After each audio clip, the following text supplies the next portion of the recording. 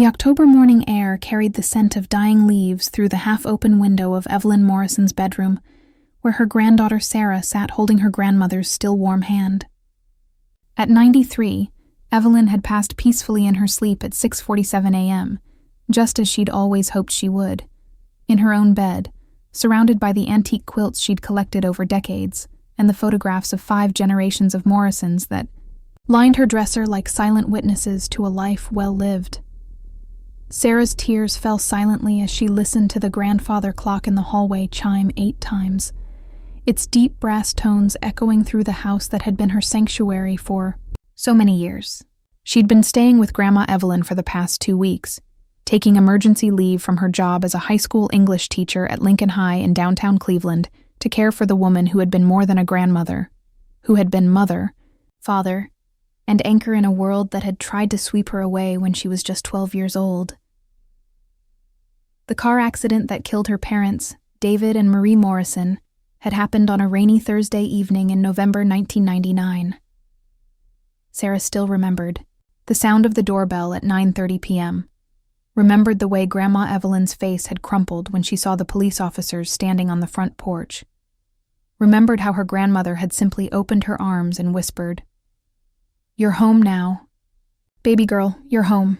Unlike her cousins who lived scattered across Ohio and beyond, Jennifer in Columbus with her law practice, David in Akron working as a mechanic, others who had moved to Michigan, Pennsylvania, even California, Sarah had never left Cleveland, never married, never had children. These choices had earned her whispered criticism at family gatherings. Sarah needs to get out more. She's wasting her life in that old house. It's not healthy the way she clings to Evelyn, but had allowed her to be here when it mattered most. The morning light streaming through the lace curtains illuminated Evelyn's peaceful face, and Sarah could almost hear her grandmother's voice humming the old hymns she loved so much. Amazing Grace, always, amazing grace, when she was hanging, laundry on the line or kneading bread dough at the kitchen counter. The house on Maple Street, a modest 2-story colonial painted a cheerful yellow with white trim, felt impossibly quiet without those familiar sounds that had been the soundtrack of Sarah's life for the past 27 years. The house on Maple Street, a modest 2-story colonial that Evelyn had called home for 47 years, felt impossibly quiet without the sound of her grandmother's voice humming old hymns while she tended to her garden or prepared her famous apple pie. Sarah could still smell the lingering scent of cinnamon and vanilla that seemed permanently embedded in the kitchen walls. Her phone buzzed insistently on the nightstand. Uncle Robert, no doubt. She'd called him an hour ago to break the news, and he'd immediately launched into questions about funeral arrangements and important matters that needed immediate attention. Sarah had hung up on him, something she'd never done before. But his cold, business-like tone in the face of such loss had made her stomach turn. The phone rang again. This time it was her cousin Jennifer, Robert's daughter, calling from her law office in Columbus. "Sarah, I'm so sorry about Grandma." Jennifer's voice was measured, professional. "I know this is difficult, but we need to discuss the will. I'm driving up this afternoon with the family. We should all be together to handle the arrangements." "Handle the arrangements?" Sarah's voice cracked. "Jen, she died 3 hours ago. Can't we just mourn her for a moment?" "Of course we're mourning her, Sarah. But you know how these things work. There are legal matters, estate issues. Grandma always said she'd taken care of everything, but we need to see the documentation. You haven't found any papers yet, have you?" Sarah looked around the bedroom where she'd spent countless nights as a child, listening to her grandmother's stories about the old days, about how she'd met Grandpa James at a church social in 1968, about the struggles of raising 5 children on a factory worker's salary. "I haven't looked for anything, Jen. I've been sitting with her." "Well, when you're ready, the important documents are probably in her desk, or maybe a safe deposit box. Do you know if she had one? And Sarah, don't let anyone else in the house until we get there. Just be careful about who has access. The eye." Line went dead, leaving Sarah staring at her phone in disbelief. Be careful about who has access. This was their grandmother's house, not Fort Knox. But even as she felt anger rising in her chest, a small voice in the back of her mind wondered what Jennifer meant. What was so urgent about Grandma's papers that it couldn't wait until after they'd said goodbye? By noon, the quiet morning had transformed into chaos that felt like a violation of everything sacred about Evelyn's passing.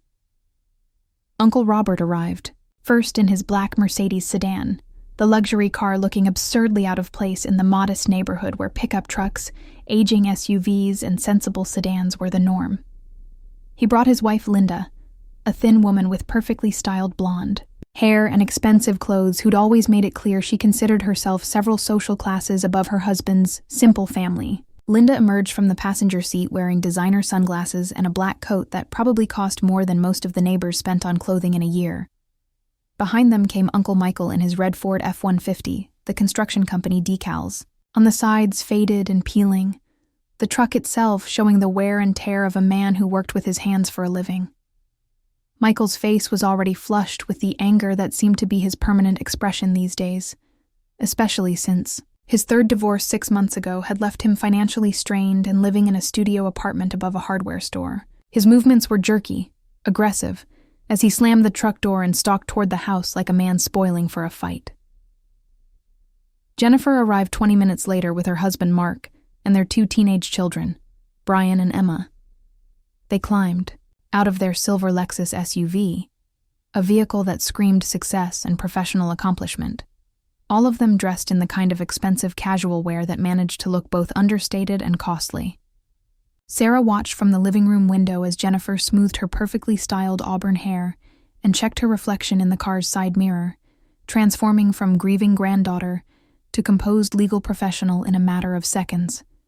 Sarah's cousin David, Michael's 28-year-old son, showed up last on his Harley-Davidson motorcycle, still wearing his mechanic's uniform from the garage where he worked as a manager. His arrival brought a brief moment of normalcy.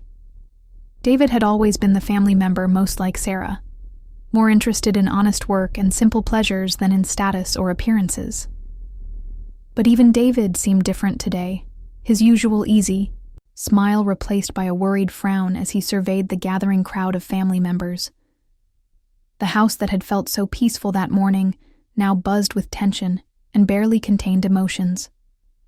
Voices carried from the front porch, where Linda was already complaining about the neighborhood. I can't believe Evelyn stayed in this area so long, with property values declining like they have. And Robert was checking his phone constantly, as if he had more important places to be than his mother's deathbed. Sarah opened the front door before anyone could ring the bell, not wanting the harsh electronic chime to disturb the sacred quiet of the bedroom upstairs, where her grandmother lay. "Where are her papers, Sarah?" Robert asked without preamble, brushing past her into the foyer without even bothering to remove his expensive Italian leather shoes. He didn't ask how she was holding up, didn't offer condolences, didn't even inquire about going upstairs to see his mother one last time. Her will, insurance policies, bank statements. We need to get organized. Sarah felt something cold settle in her stomach. "She's upstairs, Uncle Robert," she said quietly, her hands shaking as she gripped the doorframe for support. "Don't you want to say goodbye?" Linda snorted softly from her position by the front window, where she was surveying the neighborhood with obvious distaste. Her lips pursed as she took in the modest homes, the older cars, the working-class simplicity that surrounded them. Robert saw her last month, Sarah. There's nothing morbid about being practical. Evelyn always said she was organized, that she had her affairs in order. Where did she keep her important documents? "I think there's a file. Cabinet in the basement," Jennifer offered, already moving toward the stairs that led down to the lower level. "I remember seeing it during Christmas last year when I helped her bring up the decorations." "Wait." Sarah stood up abruptly, surprising herself with the firmness in her voice. The grief and exhaustion of the past few weeks suddenly crystallized into something harder, more protective. We're not ransacking Grandma's house while she's still in her bed upstairs. She deserves better than this. She deserves our respect, our mourning, our love, not our greed. The word hung in the air like an accusation, which it was. Sarah hadn't meant to say it, but once it was out there, she realized it was exactly what she meant. These people weren't here to grieve. They were here to claim whatever pieces of Evelyn's life they thought they were entitled to. Michael, who'd been silently pacing the living room like a caged animal, finally exploded with the violence that always seemed to simmer just beneath his surface. Greed. Sarah, wake up and smell the coffee. Do you know what property values are like in this neighborhood now? Do you have any idea what this house could be worth? $300,000, maybe more with the way Cleveland real estate has been. Climbing. And that's not counting whatever else she might have saved up over the years. We need to know what we're dealing with here. What we're dealing with? Sarah's voice rose, cracking with emotion and disbelief. We're dealing with the death of the woman who held this family together for decades. We're dealing with the loss of someone who loved us unconditionally, who opened her home to all of us, who never asked for anything in return except that we remember we're family. Don't be naive, Robert said, his tone sharp and dismissive in a way that made Sarah feel like she was 12 years old again, being scolded for some childish misunderstanding. Mother was 93 years old. We've all known this day was coming for years. She was always secretive about her finances, never wanted to discuss her plans or her assets. For all we know, she could have debts we don't know about, medical, bills that haven't been paid, obligations that could affect all of us.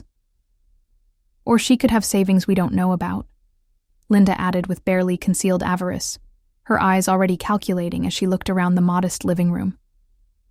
Property, like this, owned free and clear for decades, plus whatever she managed to put away on James's pension and Social Security. It could add up to quite a substantial sum. The room fell silent, except for the ticking of the grandfather clock in the hallway, the same clock that had marked time through decades of family gatherings, birthday parties, holiday celebrations, and quiet Sunday afternoons when this house had been filled with love instead of suspicion. Sarah looked around at these people, her family, the only family she had left, and felt a chill that had nothing to do with the October weather seeping through the old windows. In their faces, she saw greed, impatience, calculation, and financial desperation, but precious little grief for the woman who had loved them all unconditionally. These were the people who had raised her after her parents died, who had included her in holiday traditions, who had been her anchor in the world. But in this moment, they felt like strangers. Worse than strangers, because strangers wouldn't have this power to break her heart. The room fell silent, except for the ticking of the grandfather clock. Sarah looked around at these people. Her family, the only family she had left, and felt a chill that had nothing to do with the October weather. In their faces, she saw greed, impatience, and calculation, but precious little grief for the woman who had loved them all unconditionally. "I'm calling the funeral home," she announced, pulling out her phone with hands that trembled from exhaustion and emotional overload. Grandma wanted to be buried next to Grandpa at Riverside Cemetery. She picked out her dress years ago. It's the blue one with the pearl buttons hanging in her closet. She wanted lilies, not roses, because roses reminded her too much of funerals, and she said lilies represented resurrection and new life. She wanted Pastor Williams to do the service because he's been her minister for 22 years, and he actually knew her as a person, not just as another elderly parishioner. "How do you know all this?" Linda asked suspiciously, her perfectly plucked eyebrows arching in an expression that managed to be both condescending and accusatory. Did she leave specific written instructions? Because if she did, those would be legal documents that we'd all need to see. "She told me," Sarah said simply, her voice carrying the quiet authority of someone who had been present for the conversations. That mattered. Because I listened when she talked. Because I spent time with her that wasn't just obligation or holidays or checking items off a to-do list. because I actually cared about what she wanted, what she thought, what she hoped for. The accusation hung in the air like smoke from a fire that was just beginning to burn. Jennifer flushed red, her professional composure cracking slightly, as she realized how her own recent interactions with Evelyn had been limited to brief phone calls and hurried holiday visits. David stared at his work boots, his usual easy confidence replaced by obvious discomfort. Robert's jaw tightened visibly, his hands clenching into fists at his sides. Only Michael seemed unaffected by Sarah's words, still focused entirely on his own immediate concerns and financial desperation. "That's all very touching, Sarah," he said, his voice dripping with sarcasm and barely contained frustration. "But it doesn't change the practical matters that need to be addressed. If Mom left any kind of substantial estate, there are tax implications, legal requirements, potential inheritance issues. We can't just ignore that because it makes us uncomfortable to talk about money." "Then let's find out," Jennifer said, her lawyer instincts taking over and pushing aside whatever guilt she might have felt about her grandmother's final months. "Sarah, I know this is hard, and I know it feels wrong to be discussing practical matters so soon after her passing. But Uncle Michael is right about the legal aspects. If Grandma had significant assets, we need to locate her will and understand her wishes. It's actually what she would have wanted, for everything to be handled properly, legally, without confusion or family conflict." Sarah felt outnumbered and exhausted, the grief she'd been processing alone all morning now competing. With a growing sense of dread about what her family's true priorities were, she looked around the living room where she'd spent countless Sunday afternoons as a child, reading books while Evelyn cooked dinner, watching old movies together on rainy Saturday evenings, talking about everything and nothing while they worked, on jigsaw puzzles that covered the dining room table for weeks at a time. The room looked the same. The faded floral wallpaper that Evelyn had put up in 1987. The overstuffed furniture that had been purchased piece by piece over decades. The family photographs that documented happier times when they'd all actually enjoyed being together. But the atmosphere was completely different, charged with tension and unspoken accusations, and the kind of desperate greed that turned family members into adversaries. Maybe her relatives were right about one thing. They needed to understand Grandma's wishes. Evelyn had always been organized, always had a plan, always tried to think ahead and prepare for whatever challenges might come. If she'd left specific instructions, if she'd made arrangements for her estate, then those arrangements deserved to be respected and followed. "Fine," she said finally, her voice carrying a resignation that felt like defeat. "But we do this respectfully. We call the funeral home first, we make the arrangements she wanted, and then we look at whatever papers." She left.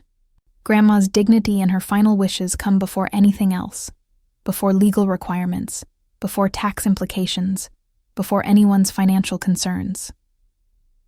As if summoned by their conversation, the grandfather clock chimed 1 o'clock, its deep tones echoing through the house that suddenly felt more like a battleground than a home. The sound reminded Sarah of all the times she'd heard that same chime during happier occasions, marking the time for Thanksgiving dinner to be served, counting down the hours until Christmas morning, measuring the quiet Sunday afternoons when she and Evelyn would sit together in comfortable silence, each lost in their own thoughts, but content in each other's company. Sarah closed her eyes and tried to summon those peaceful memories, tried to remember her grandmother's laugh, the way she'd hum while cooking Sunday dinner, the gentle way she'd brush Sarah's hair when she was little and staying the weekend. But those memories felt fragile now, threatened by the tension that crackled between her relatives like electricity before a thunderstorm. She had no idea that within the next few hours, everything she thought she knew about her family, and about the grandmother she'd loved so deeply, would be turned completely upside down. The secrets hidden in Evelyn's basement would reveal not just financial information, but decades-old mysteries about love, loss, choices made and chances missed. And the family that was already fracturing over money would be shattered completely by truths that some of them weren't prepared to face. But first, there was the matter of saying goodbye to a woman who had lived 93 years of love, sacrifice, and carefully guarded secrets. Even in death, Evelyn Morrison was about to teach her family one final lesson about the difference between what truly mattered and what only seemed important. Whether they would learn that lesson or let their greed destroy whatever love remained between them was a question that hung in the October air, like the scent of dying leaves and the promise of a long, cold winter ahead. The basement of Evelyn Morrison's house hadn't been updated since the 1970s, with its wood-paneled walls, avocado green carpet remnants, and the persistent smell of mothballs and old paper. Sarah led the way down the narrow stairs, followed by Jennifer, Robert, and Michael, while Linda remained upstairs, claiming she was allergic to basement dust, but more likely unwilling to dirty her expensive outfit. The file cabinet sat in the corner behind Grandpa James's old workbench, a heavy, metal 4-drawer unit that had seen better days. Sarah ran her fingers over the familiar scratches and dents, remembering how she used to play down here as a child while Grandma did laundry, sorting through boxes of old photos and costume jewelry that Evelyn kept meaning to organize. "Here we go," Jennifer said, pulling on the top drawer. It was locked. "Sarah, do you know where she kept the key?" "Probably upstairs in her jewelry box," Sarah replied. But Michael was already examining the lock with the focused attention of someone who worked with his hands for a living. "This is just a simple cabinet lock," he muttered. "I can pop it open with a screwdriver." "Michael, no," Sarah protested. "That's breaking and entering in our own grandmother's house." "It's not breaking and entering if we're family," Robert said, impatiently. "And we're her heirs. Legally, we have every right to access her papers." "We don't even know if we're her heirs yet," Sarah pointed out, but her words were lost as Michael produced a multi-tool from his pocket and bent over the lock.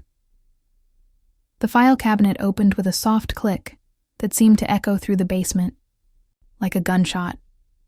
Jennifer immediately began pulling out folders, her lawyer's training evident in the systematic way she organized them on the workbench. Bank statements, insurance policies, tax returns, medical records, decades of carefully maintained documentation that spoke to Evelyn's methodical nature. "Here," Robert said, pulling a manila envelope from the bottom drawer. "This looks official." He opened it and withdrew several legal documents, his face growing pale as he read. "It's her will, dated, Jesus, it's from last month," she updated. "It last month." The basement fell silent except for the hum of the old furnace. Sarah felt her heart pounding as Robert's expression shifted from confusion to anger. "What does it say?" Jennifer asked, moving closer to read over her father's shoulder. Robert's hands were visibly shaking as he held the document. She left the house to Sarah, the house and most of her savings." "What?" Michael grabbed the papers, his face already flushing red. "That can't be right. Let me see that." Sarah felt the blood drain from her face. "I don't understand. Grandma never said anything to me about changing her will." "According to this," Jennifer said, taking the documents from her uncle and reading with professional precision, "she left the house and the majority of her estate to Sarah, with smaller bequests to the rest of us. David gets her car, I get her jewelry, Dad gets her furniture, Uncle Michael gets her tools and equipment from the garage." "Tools and equipment?" Michael's voice was rising dangerously. "I get tools while she gets a house worth $300,000? This is insane. Mom would never do this." "There's more," Jennifer continued reading, her voice growing quieter. "She established a trust fund for her great-grandchildren's education, funded by, oh my God, she had over $400,000 in various accounts." The silence that followed was deafening. Sarah sank onto an old paint can, her legs suddenly unable to support her. $400,000? Her grandmother, who clipped coupons and bought generic groceries, who wore the same winter coat for 15 years, had saved nearly $500,000? "This has to be a mistake," Robert said, his voice hollow. "Mom lived like she was barely getting by. She always talked about money being tight, about having to watch every penny. Depression-era mentality, Jennifer murmured. But she was studying the bank statements now. Look at these account balances. She's been saving consistently for decades. Small amounts, but consistently. And her house has been paid off for 20 years. No mortgage payments, just taxes and insurance. Michael was pacing the small space like a caged animal. This isn't fair. I've been struggling for years, going through divorces, trying to keep my business afloat. And she's sitting on all this money. And she gives it all to Sarah, who already had a steady job and no real responsibilities. No real responsibilities? Sarah's grief was rapidly being replaced by anger. I've been taking care of her for years. I'm the one who drove her to doctor's appointments, who grocery shopped for her, who stayed with her when she was sick. I'm the one who never moved away, never got married, never had kids, partly because I wanted to be here for her. So you manipulated an old woman into leaving you her money, Robert accused, his face ugly with rage. You isolated her from the rest of us, made yourself indispensable, and now you're reaping the benefits. That's not what happened. Sarah shouted, surprising herself with the volume of her voice. I loved her. I took care of her because she was family, because it was the right thing to do, not because I expected anything in return. Bull, Michael spat. Nobody does anything for free, Sarah. You saw dollar signs and you played the long game. Well, congratulations. You fooled an old woman into thinking you were the only one who cared about her. Jennifer was still reading. Through the documents, her expression troubled. There's something else here. A letter addressed to all of us, to be read after her death. She pulled out a sealed envelope marked "To my family" in Evelyn's careful handwriting. The sight of those familiar letters made Sarah's eyes fill with tears again, remembering all the birthday cards and Christmas notes her grandmother had written over the years. Should we read it now? Jennifer asked, looking around at the group. Of course we should read it now, Robert said bitterly. Maybe it will explain why she decided to screw over her own sons in favor of her granddaughter. Jennifer opened the envelope carefully and unfolded several sheets of paper covered in Evelyn's handwriting. She cleared her throat and began to read. My dear family, if you're reading this, then I'm gone, and I hope you can forgive an old woman for the secrets I've kept. I know my decision about my estate will come as a surprise, and I want you to understand why I made the choices I did. Sarah, my darling girl, I'm leaving you the house and the majority of my savings because you've already given me the greatest gift possible. Your time, your love, and your presence in my final years. You could have moved away, started your own family, pursued opportunities elsewhere. But you stayed. You listened to my stories, even when I told them for the 100th time. You held my hand during the scary doctor visits. You made sure I took my medicine, and you never once made me feel like a burden. To my sons, Robert and Michael, I love you both dearly, but I need you to understand something. Over the years, I've watched you both struggle with money, and I've seen how it changed you. Robert, you became focused on status and appearances. Michael, you became bitter about what others had that you didn't. I worried that leaving you substantial sums would only make these problems worse, not better. The smaller bequests I've left you are not meant as punishment, but as love. They're things that have meaning, pieces of your father and me that I hope you'll treasure. The rest of my money comes with a responsibility that I trust only Sarah to handle properly. Jennifer's voice cracked as she continued reading. There's more. She says she hopes we can come together as a family instead of fighting over money. She asks us to remember that the greatest inheritance she could leave us is the love we have for each other. The basement was completely silent now, except for Sarah's quiet sobbing. But instead of the soft sound bringing the family together, it seemed to harden the resolve of the others. Beautiful words, Michael said sarcastically. Easy to talk about love when you're giving away someone else's inheritance. She was my mother too, Robert added, his voice cold. I took care of her when Dad died. I helped her with her finances, made sure she had everything she needed. And this is how she repays me? You visited her once a month, Sarah said through her tears. I was here every day.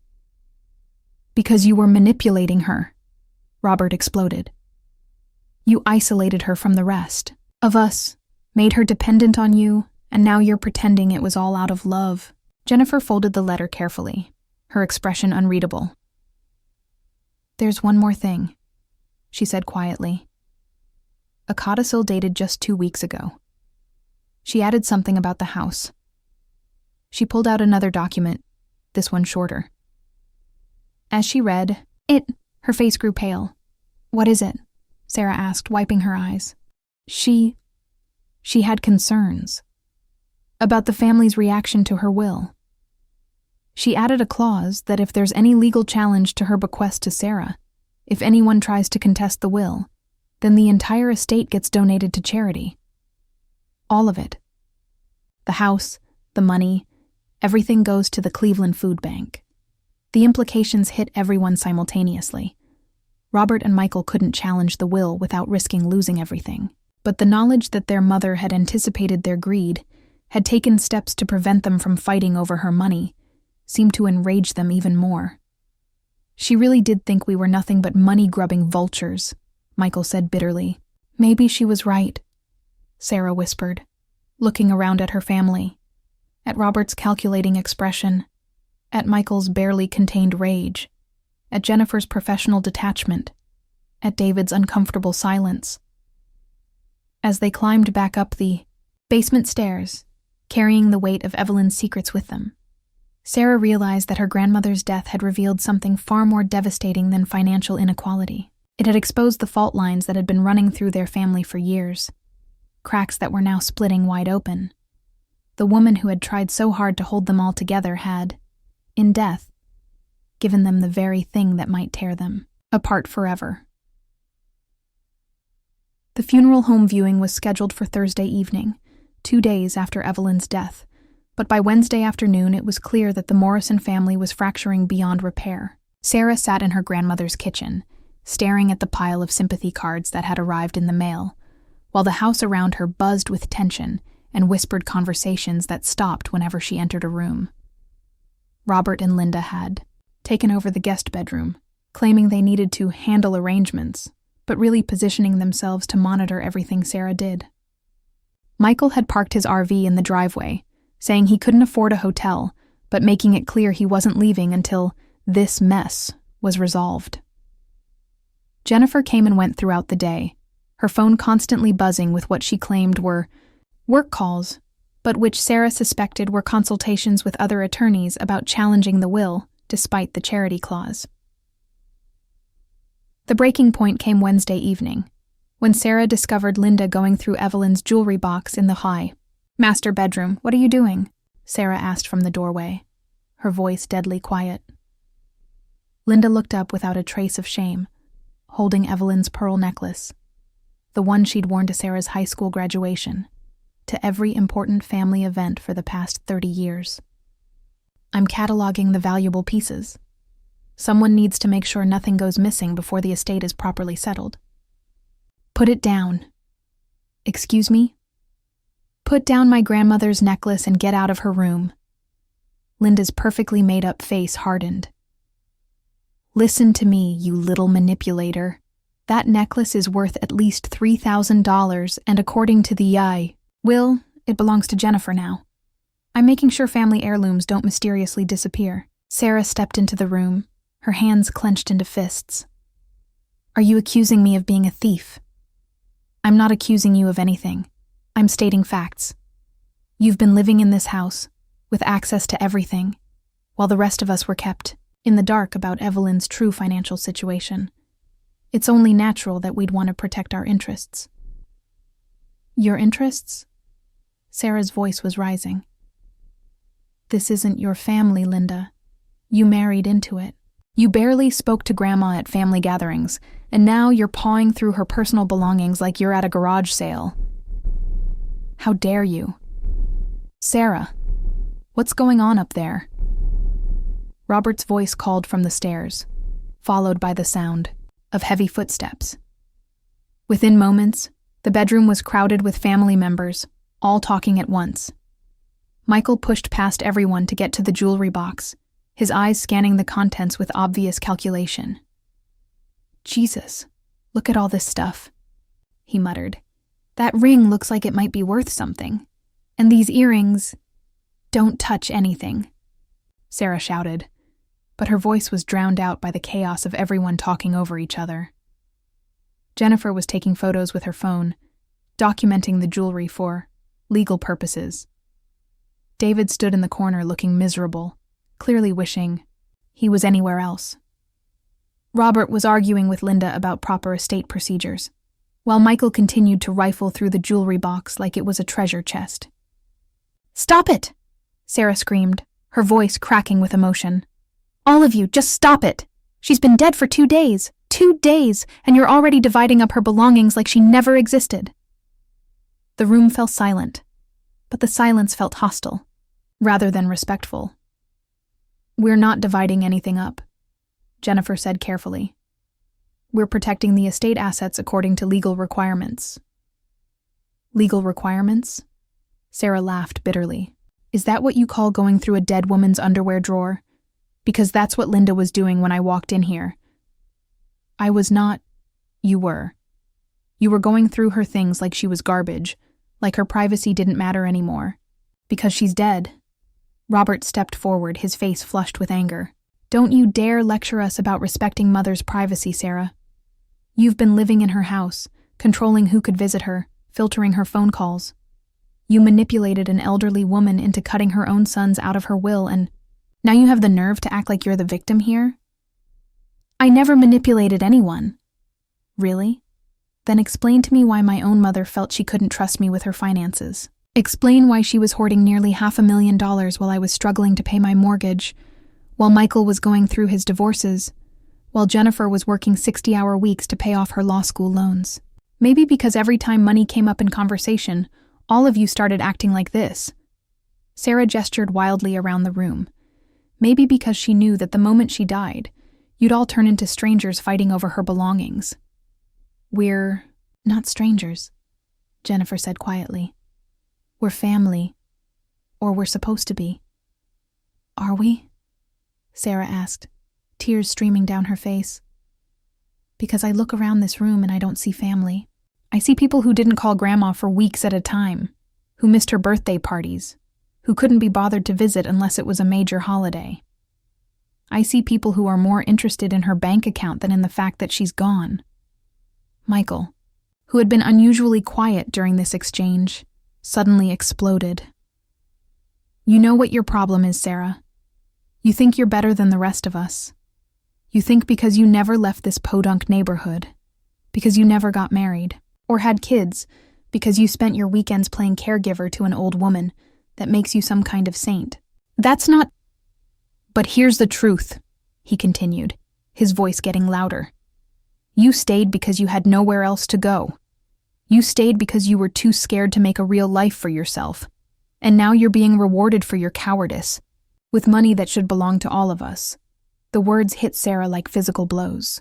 She staggered backward, bumping into the dresser where her grandmother's photographs smiled down at decades of family gatherings, birthday parties, graduations, happier times when they'd actually been a family. "Get out," she whispered.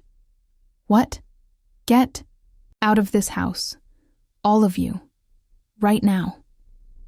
Robert stepped forward, his expression dangerous. "We're not going anywhere, Sarah. This house might be yours on paper, but Mother just died. We have every right to be here, to grieve, to make sure everything is handled properly." "You're not grieving," Sarah said, her voice stronger now. "You're plotting. You're scheming. You're treating Grandma's death like a business opportunity. So get out. Get out of her room. Get out of her house. And don't come back until you can. Remember that you're supposed to be human beings." "You can't kick us out," Linda said triumphantly. "The will hasn't been probated yet. Legally, we all have equal claim to be in this house until the estate is settled." Jennifer looked uncomfortable. Actually, that's not entirely accurate. The will is clear about Sarah's inheritance, and since there's no mortgage, she does technically have the right to control access to the property. Jennifer, Robert snapped. I'm sorry, Dad, but I can't misrepresent the law. Sarah does have the legal right to ask us to leave. Sarah looked around the room at these people she'd grown up with, these people she'd loved, these people who felt like strangers now. I don't want to see any of you at the funeral tomorrow. The room erupted in protests and arguments, but Sarah pushed past them all and walked downstairs to the phone in the kitchen. With shaking hands, she dialed the funeral home. This is Sarah. Morrison, she said when someone answered. I need to make the service tomorrow private, family only, and I'll provide you with a list of who's allowed to attend. She hung up the phone and turned to find her entire family standing in the kitchen doorway, staring at her with expressions ranging from shock to fury. You can't do that, Robert said quietly, but there was something dangerous in his voice. Just did. She was our mother too, Sarah, our grandmother. You can't exclude us from her funeral.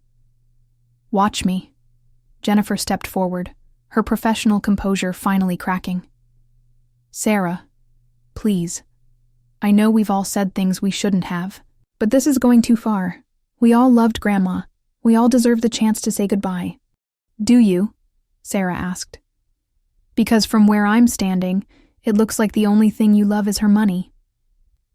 She walked to the front door and opened it wide, the October evening air rushing in with the scent of fallen leaves and the promise of winter. Get out, all of you, and don't come back until you can remember what family actually means. One by one, they filed past her. Robert and Linda with wounded dignity, Michael with barely contained rage, Jennifer with professional disappointment, David with what looked like relief. As the door closed behind them, Sarah sank to the floor, in the hallway, and cried harder than she'd cried since she was 12 years old, and had just learned that her parents were never coming home. The house felt enormous and empty around her, filled with the ghosts of better times and the echo of words that could never be taken back.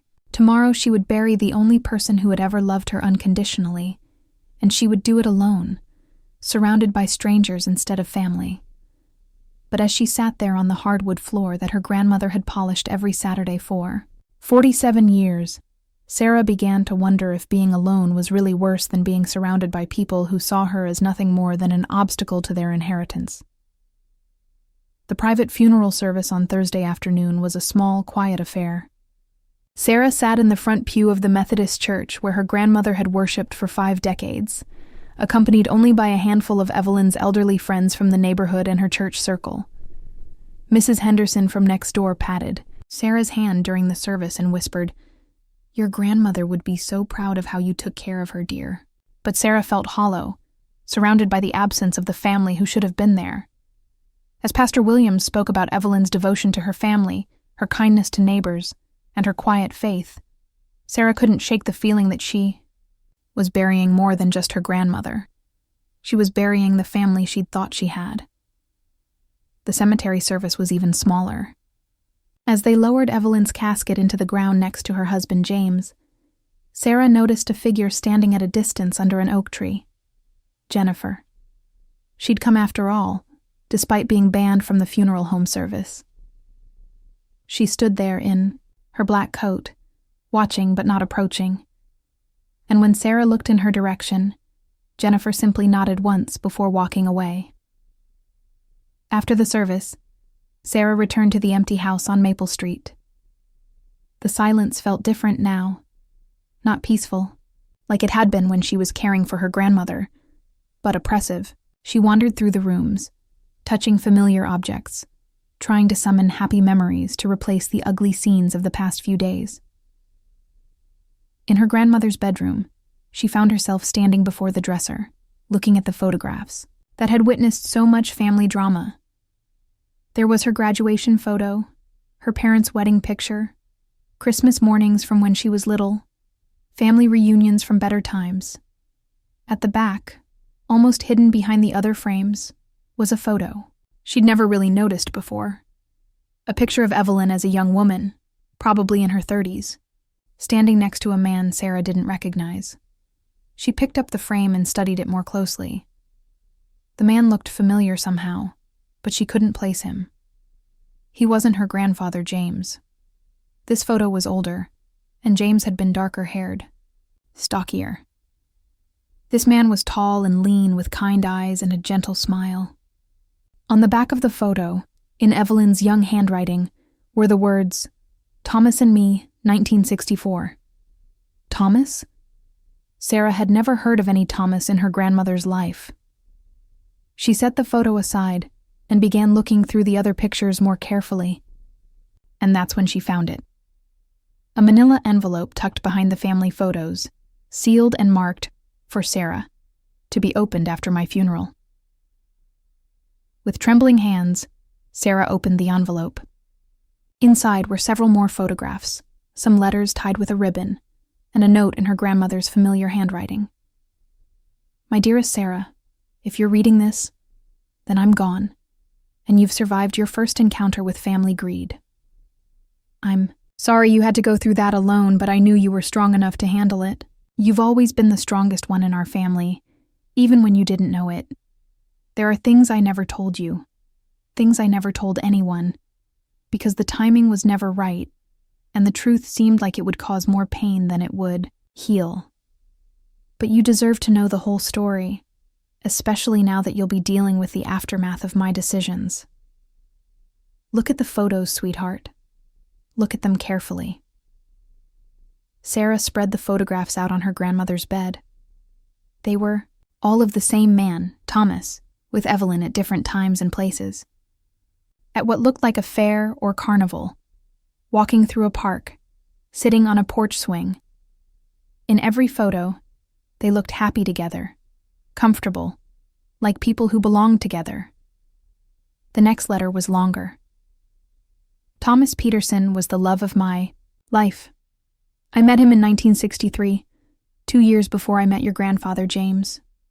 Thomas was a teacher, like you became, and he was gentle and kind and everything I thought I wanted in a husband. We were engaged to be married in the fall of 1964, but Thomas was also African American, Sarah. And in 1964 in Cleveland, Ohio, that was a problem for a lot of people, including my own family. My parents gave me an ultimatum: break up with Thomas or be disowned completely. Cut off from the family, from any financial support, from everything I'd ever known.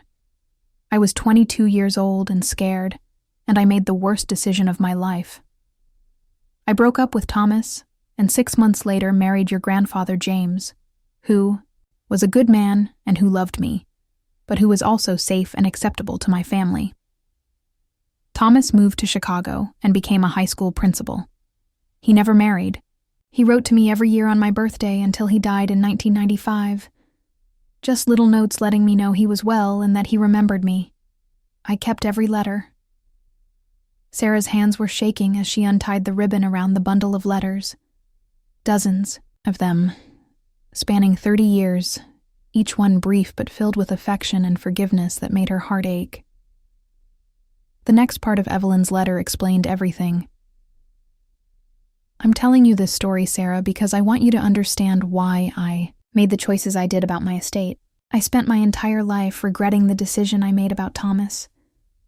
I let fear and other people's prejudices rob me of the chance for true happiness, and I've regretted it every day since. When I watched my sons grow up, I saw them making the same kinds of choices I had made, choosing money over love, security over truth, appearance over substance. Robert became obsessed with status and what other people thought.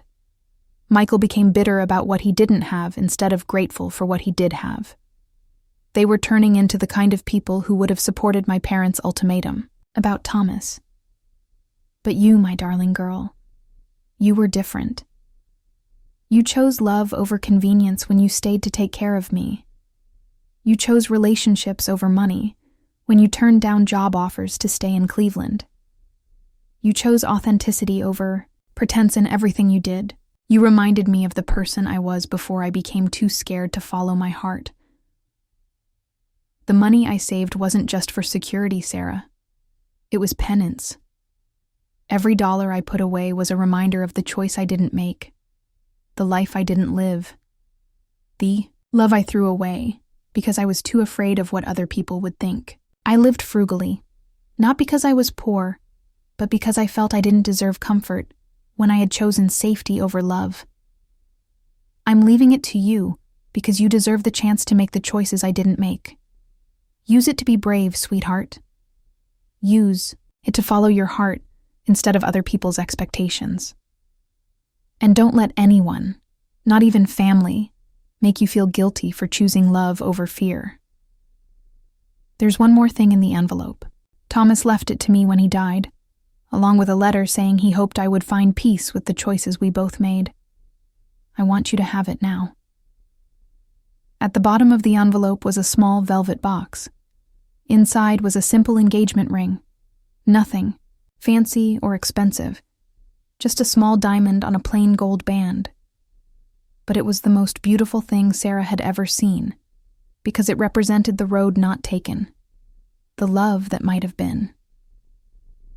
Sarah sat on her grandmother's bed, surrounded by photographs and letters that told a story of love and loss and regret that spanned decades. She thought about her Uncle Robert's accusations of manipulation, about Michael's bitterness over her unearned inheritance, about the family that had torn itself apart over money they'd never even known existed. But most of all, she thought, about her grandmother's courage in telling this story, even posthumously. Evelyn had spent 60 years carrying the secret of her first love, 60 years regretting a choice made out of fear and family pressure. She'd saved nearly $500,000, not out of greed, but out of guilt. And she'd left it all to Sarah, not as a reward for caregiving, but as a chance to make different choices. Sarah's phone buzzed. A text from Jennifer.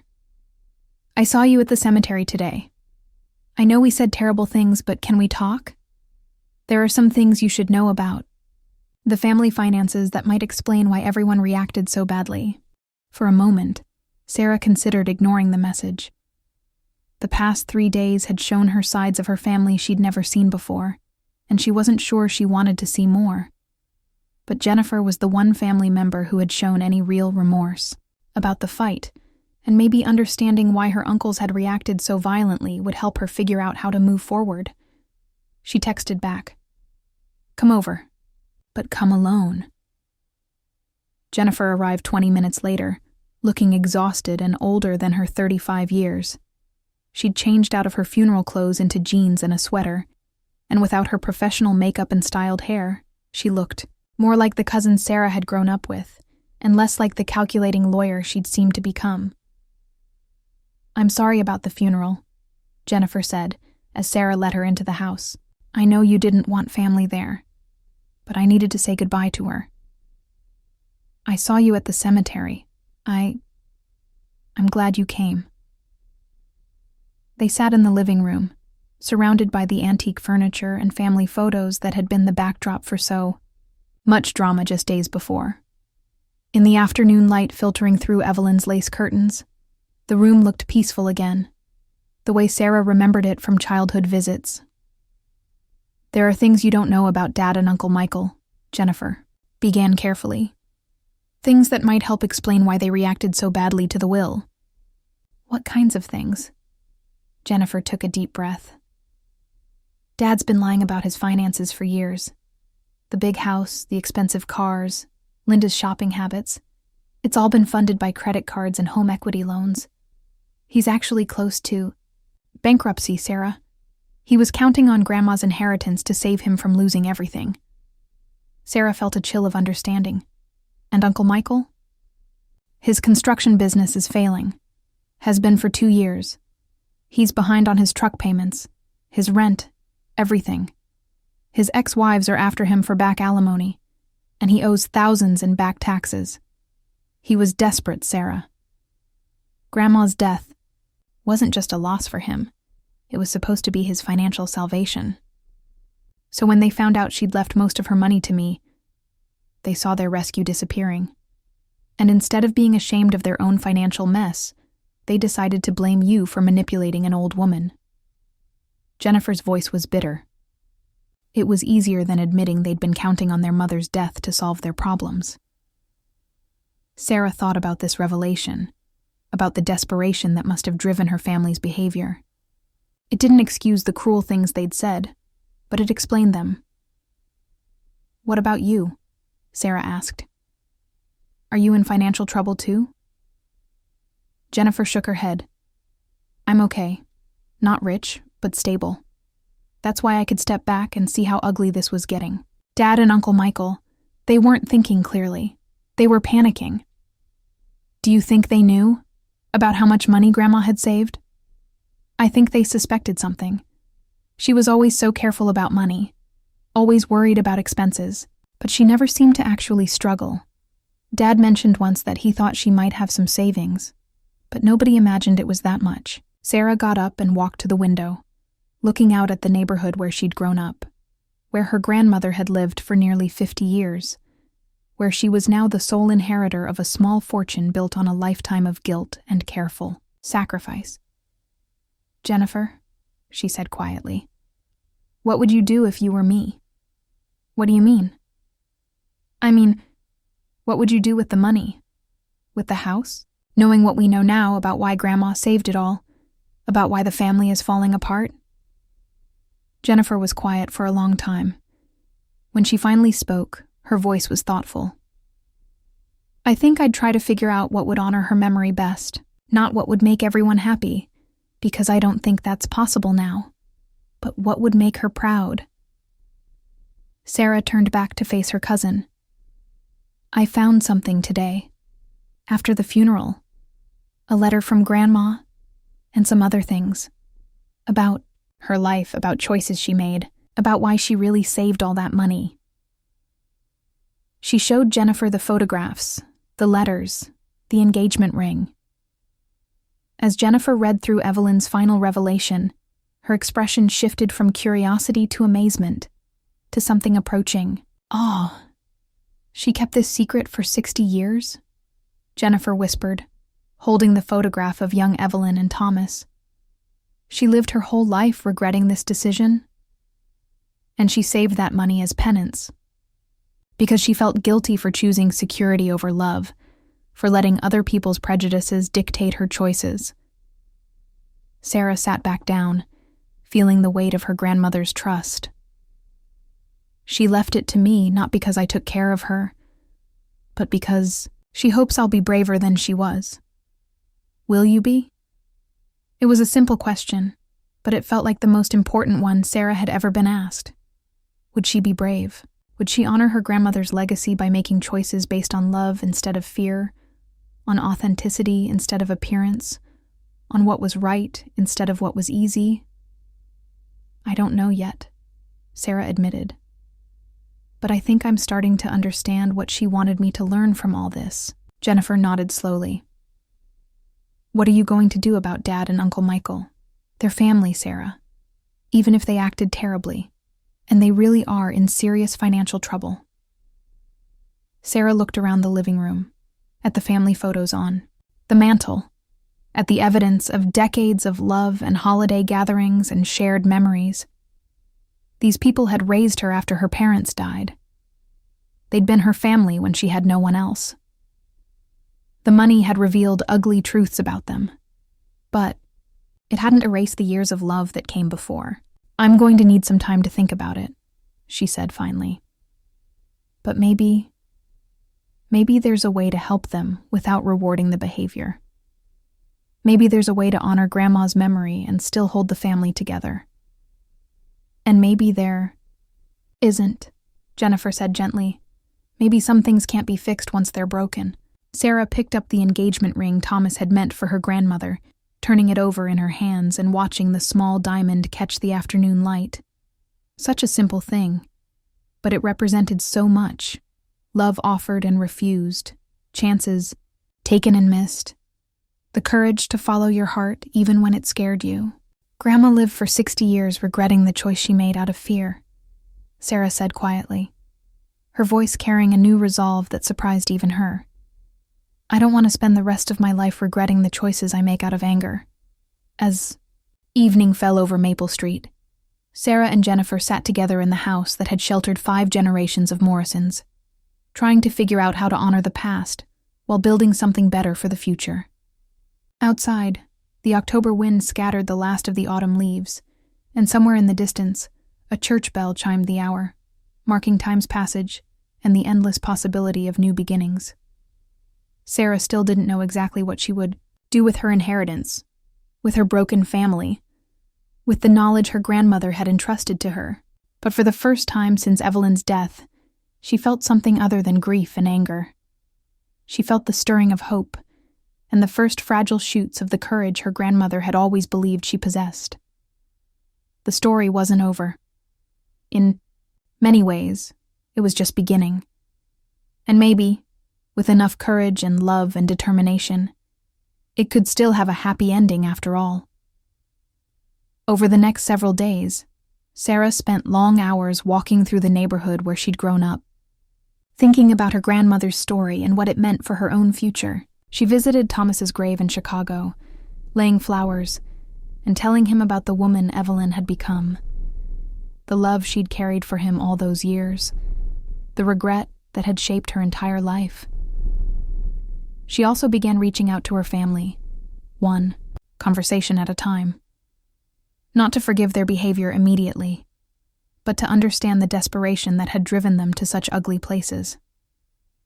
She learned that Robert's financial troubles went deeper than Jennifer had revealed, that he'd been borrowing against his life insurance, that Linda didn't know how close they were to losing everything. She discovered that Michael's construction business had failed, partly because he'd refused to compromise his standards for quality work, that his financial struggles were as much about integrity as incompetence. These revelations didn't excuse the terrible things they'd said, the way they'd treated her grandmother's death as a business opportunity. But they helped Sarah understand that people in desperate circumstances often act in ways that don't reflect their true character, that fear and panic can transform good people into versions of themselves they don't recognize. Slowly, carefully, she began to build bridges. Not back to the family they'd been before. That trust had been broken too completely to repair, but towards something new, something more honest and authentic. She used part of her inheritance to help Robert avoid foreclosure, but only after he agreed to financial counseling and a realistic budget that he and Linda could actually maintain. She invested in Michael's new construction venture, but as a business partner with clearly defined expectations and accountability. The house on Maple Street became her base of operations, but not her prison. For the first time in years, Sarah began to imagine a life beyond caregiving, beyond the narrow confines of duty and obligation. She applied for teaching positions in other cities, traveled to places she'd always wanted to see, opened herself to the possibility of love and adventure, and all the risks that came with them. She also established the Thomas Peterson Educational Foundation, using the majority of her inheritance to provide scholarships for students from diverse backgrounds who showed promise in education. It was a way of honoring both her grandmother's regret and Thomas's dream, of turning a story of lost love into something that could benefit future generations. The foundation's first recipient was a young African-American woman from Cleveland's inner city who wanted to become a high school principal, just like Thomas had been. At the scholarship ceremony, Sarah thought about the choices that had led to this moment. Her grandmother's choice to save instead of spend, to regret instead of forget, to trust Sarah with both her money and her secrets. But mostly, she thought, about the choice she was making now, the decision to be brave instead of safe, to choose love over fear, to honor her grandmother's memory by living the kind of life Evelyn had been too scared to pursue. The Morrison family would never be the same. Too much had been said, too many truths revealed, too much trust broken and rebuilt in different forms. But they were still family, still connected by bonds deeper than money or property or wounded pride. And maybe, Sarah thought as she watched her scholarship recipient accept her award, that was enough. Maybe imperfect love was still love. Maybe fractured families could still function. Maybe it was possible to honor the past while creating something better for the future. The grandfather clock in the hallway chimed 8 times as Sarah returned. Home that evening. The same deep tones that had marked time through decades of family gatherings, birthday parties, holiday celebrations, and quiet Sunday afternoons. But now the sound felt different. Not like the ending of something, but like the beginning of a story that was still being written, one choice at a time, one act of courage at a time, one moment of love conquering fear at a time. Evelyn Morrison had saved nearly $500,000 over the course of 60 years, driven by guilt and regret, and the hope that someone in her family would be braver than she had been. Her granddaughter Sarah had inherited that money, along with the responsibility to use it wisely, and the knowledge that some kinds of wealth have nothing to do with bank accounts. As Sarah sat in her grandmother's rocking chair, reading one of Thomas's letters by lamplight, she felt the presence of the woman who had loved her unconditionally, who had trusted her with secrets and money, and the chance to make different choices. The house was quiet around her, but it wasn't empty. It was filled with love and memory, and the endless possibility of redemption, second chances, and the courage to choose authenticity over safety, every single day.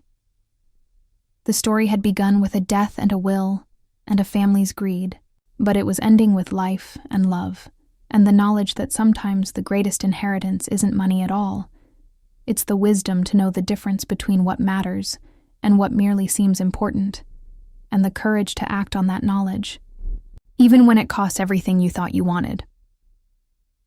Outside, the Cleveland night settled over Maple Street, and somewhere in the distance, a church bell chimed the hour, marking time's passage and the endless promise of tomorrow. Sarah smiled, clutched Thomas's letter to her chest, and began to plan the life she was finally brave enough to live.